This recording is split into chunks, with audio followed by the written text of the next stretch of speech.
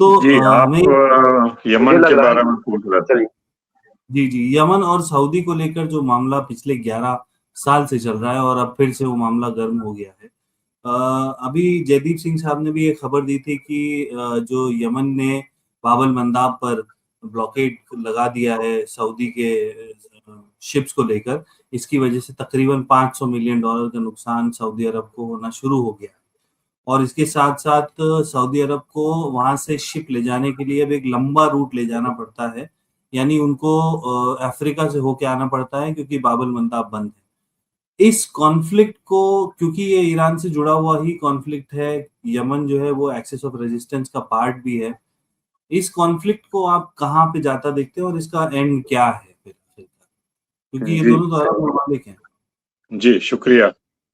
जी, इससे पहले कि आपके यमन और सऊदी के मामले पे मैं आऊँ, एक जी, दो चीज़ें जल्द से मैं बता देना चाहता हूँ। वो ये है हुँ, कि जो असला की किल्लत है अमेरिका में, ख़ास तौर पे ये जो मिसाइल्स, एंटी एयरक्राफ्ट और डिफेंस मिसाइल्स हैं, उनकी कमी इसलिए भी है कि चीन ने रेयर अर्थ मिनरल्स पे बैन लगा दिया है और इन मिसाइलों में प्रोडक्शन के लिए ये बहुत ज़रूरी है ये।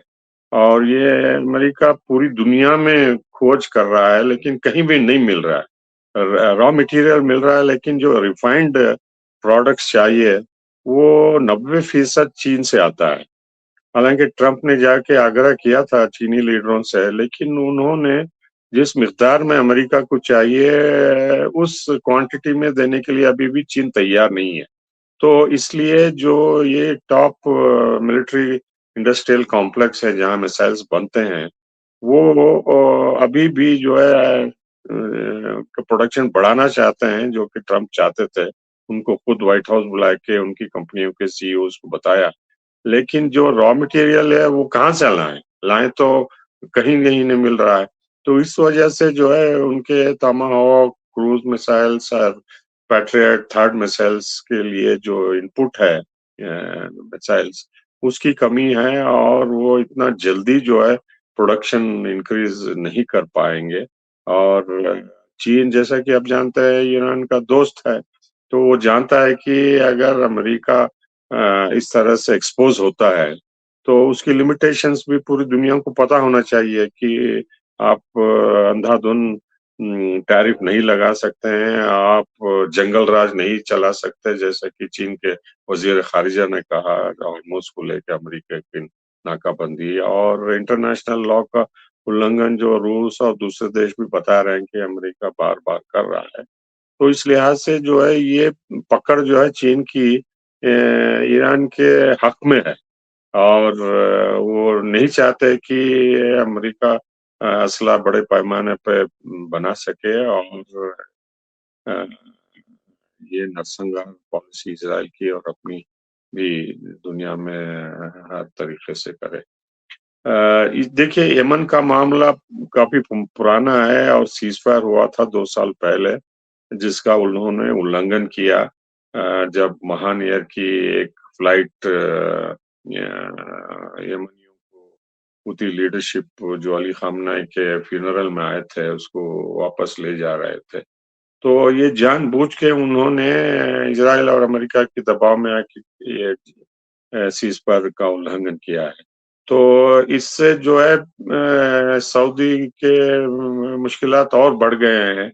जो खाड़ी में अभी मैं सैटेलाइट पिक्चर्स देख रहा था कि जो रास तनूरा है, उनका जो पोर्ट रिफाइनरी ईस्ट में, तो वहाँ 2-3 बड़े-बड़े पोर्ट बनाए गए हैं ईस्ट में, जहाँ सैटेलाइट इमेज से पता चलता है कि एक भी जहाज लोडिंग नहीं हो रहा है वहाँ, कुवैत में भी तेल से, जो कि भरे पड़े रहते, क्यू होती थी वहाँ हर 24 घंटे में एक-एक सुपर टैंकर को भरा जाता था तेल से।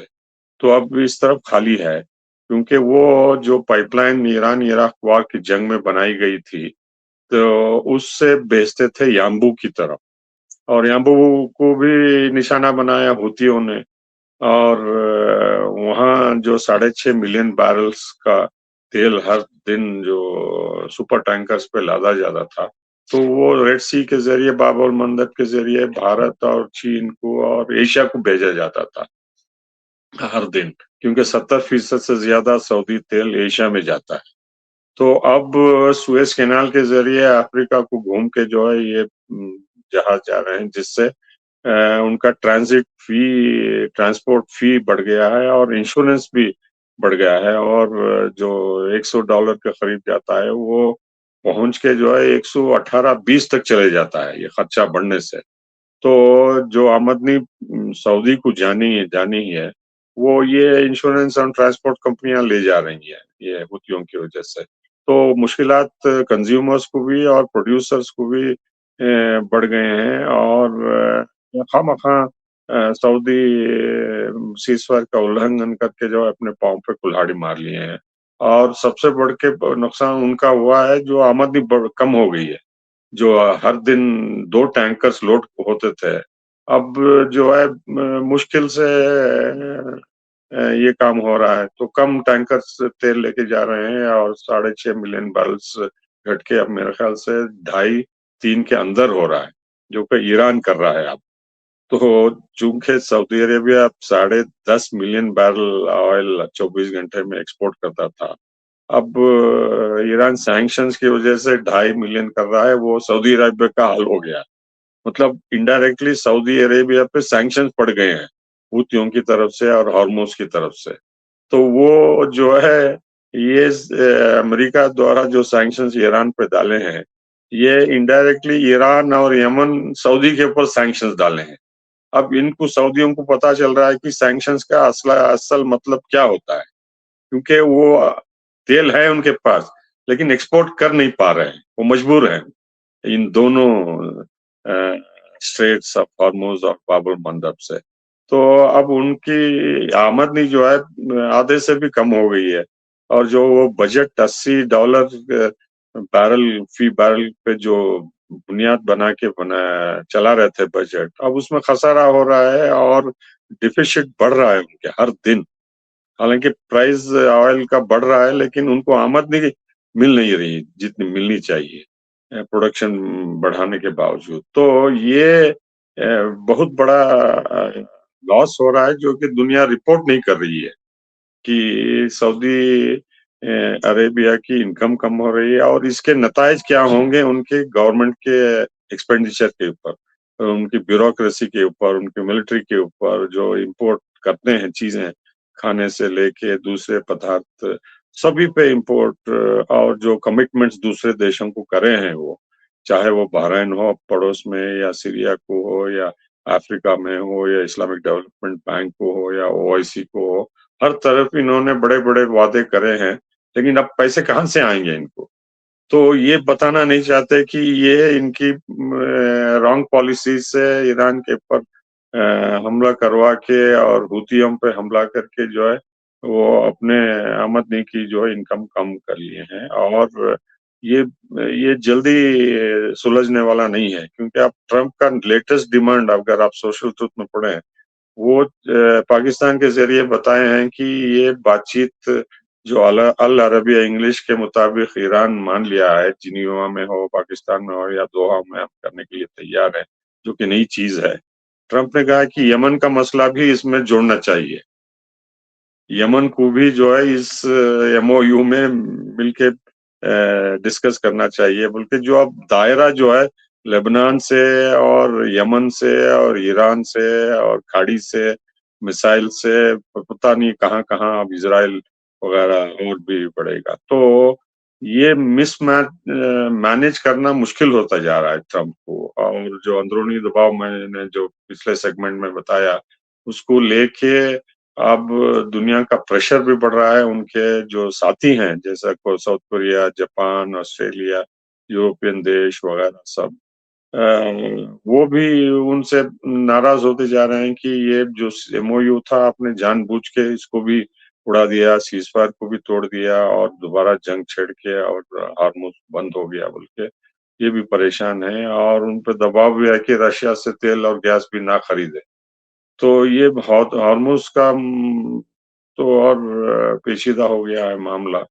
क्योंकि वहाँ जो माइंस बिछाए हुए हैं, उससे काफी नुकसान हो रहा है। जो जहाज उल्लंघन करके जो ईरान बताया था रास्ता, उसको छोड़ के दूसरे रास्ते से जाने की भी कोशिश करके उसमें उड़ गए हैं ऑयल टैंकर्स, और ये लगातार वहाँ ऐसी इस तरह से घटनाएं होती रहेंगी। तो हुतियों के पास भी वही अंडरग्राउंड अंडर सी मिसाइल्स हैं और ड्रोन्स भी हैं उनके पास, जो कि अमेरिका के आइसेनहोवर को भी टारगेट बना के उन्होंने अटैक किया था, जिसकी वजह से अमेरिका को विड्रॉ करना पड़ा। तो हुतियों का जो पावर है वो मामूली नहीं है। वो पिछले 3-4 सालों से पूरी दुनिया देख रही है। इज़राइल ने हमला किया, अमेरिका ने हमला किया, बर्तानिया, फ्रांस, नाटो, सभी मुल्क जो है हुतियों को शिकस्त दिलाने की कोशिश की, लेकिन सब हार गए। और मैं पिछले कई महीनों से एक ही बात दोहराता आ रहा हूँ कि जब वास्को ड गामा ने पोर्चुगल से भारत को नया सी रूट फाइंड आउट किया था, तो उसका हॉर्मोज को कब्जा करने के अलावा जो है बाब-अल मंदब को भी कब्जा करना चाहता था। और पुर्तगालियों ने 1520 से 1580 तक 60 साल उन्होंने यमन के ऊपर बमबारी की। 60 साल दिन रात उन्होंने बमबारी की, लेकिन यमनियों ने उनको शिकस्त दे के भगा दिया वहां से। एक भी जहाज जो है उनका बाब-अल मंदब में दाखिल होने के लिए मजबूर था, नहीं गए वो। तो यमनियों का जो पुराना इतिहास है, जो कि कॉलोनियल पावर को उन्होंने डिफीट करके भगा दिया वहां से, और उसके बाद सिर्फ बर्तानिया एदन को कब्जा कर सका। जो पहाड़ियां हैं यमन के, वहां अभी तक कोई कब्जा नहीं कर सके, चाहे वो पोर्चुगीज हो या डच हो या फ्रेंच हो या बर्तानिया वाले हो या अमरीकी हो या कोई भी हो, सऊदी भी हो। तो ये पहाड़ी लड़ाकू जो है बहुत ही मतलब एक्सपीरियंस्ड हैं, और इनसे पंगा लेना जो है बहुत खतरनाक होता है। तो अब सभी देश अमेरिका से लेके नाटो देश भी, इज़राइल भी चक चुके हैं, और सऊदी जो है इनके सामने कुछ भी नहीं है ये। क्योंकि यमन के 2 बड़े इलाका जो जिज़ान और नजरान है, वो एक्चुअली यमनी है। और ज़बरदस्ती करके सऊदी ने 1914 और 18 के बीच में प्रिंस फैसल जो किंग हुए 75 के दौरान, वो कब्जा कर लिए थे, और उनको मजबूर करके एक ट्रीटी साइन कराए थे 1920 में, जिससे यमनियों ने मजबूर होके सऊदी को दे दिए थे। लेकिन हर गवर्नमेंट, चाहे वो यूनिफाइड यमन होने से पहले या साउथ यमन, ये डिमांड करते आ रहे हैं कि आपने नाजायज तरीके से ये 2 प्रोविंसेस को अपने कब्जे में ले लिया, वो हमारे हैं, हमको लौटाना है बोल के। तो ये बेसिक रूट कॉज है यमन और सऊदी के कॉन्फ्लिक्ट में, जो कि वो देना नहीं चाहते। और सबसे अच्छे प्रोविंसेस हैं, क्योंकि वहाँ काफी ज़राअत की जा सकती है, बारिश अच्छी तरह से होती है, पानी रिवर्स हैं, वहाँ लेक्स हैं और ग्रीनरी है, कॉफी वहाँ बड़े पैमाने पे उगाई जाती है। और best part Saudi Arabia greenery, अब वो ईरान यमन का हिस्सा सऊदी का बना हुआ है, जहाँ अबहा और दूसरे एयरपोर्ट्स पे बमबारी हो रही है। तो ये सऊदी यमनी कॉन्फ्लिक्ट जो है जल्दी खत्म होने वाला नहीं है। और यमनी, मैं बॉर्डर रीजन्स पे गया हूँ, शारूरा बोल के एक बड़ा शहर है, वहाँ 90% जो है यमनी है, और उनको इतनी बुरी तरीके से ट्रीट किया जाता है। उनके पास सिटीजनशिप नहीं है, उनके पास आइडेंटिटी कार्ड्स भी नहीं है। जो अमेरिका में इमिग्रेंट्स के खिलाफ करते हैं, वहाँ भी वही करते हैं, पकड़ के जेलों में डाल देते हैं हज़ारों की तादाद में। वहाँ बॉर्डर में काफ़ी टेंशन होता है इसकी वजह से, कि यमनी जो है वो अपना हक बाँट के इस बॉर्डर रीजन में, प्रोविंस में आते हैं और वहीं रहना चाहते हैं, और मानते नहीं कि वो सऊदी का हिस्सा है बोल के। तो ये बहुत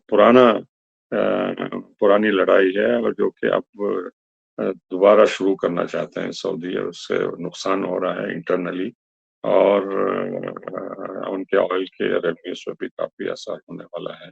और ये बातचीत में ईरान के जरिए भी ईरान इतनी आसानी से या हौथियों को अमेरिका के हवाले नहीं करेगा। जैसा उन्होंने लिंक किया लेबनान में सीज फायर को ईरान के एमओयू से, उसी तरह करेंगे कि आप यहाँ से हट के जाइए, आपको यहाँ खाड़ी में या रेड सी में रहने का कोई हक नहीं है, बोल के वही डिमांड करेंगे। और मेरे ख्याल से जो दायरा है सीज फायर का, अमन का, वो बढ़ता जा रहा है। ईरान, अमेरिका, हॉर्मोज को लेके, सीरिया, लेबनान, यमन, मेरे ख्याल से अब यमन के जरिए सऊदी को पता चल रहा है कि दुश्मनी मोल लेने का अपने नेबर से कितनी बड़ी कीमत अदा करना पड़ता है। जैसा तेल के उनके पोर्ट्स खाली पड़े हैं ईस्ट में, और वेस्ट से भी अब भेज नहीं सकते बाब अल मंदब के जरिए। जी जी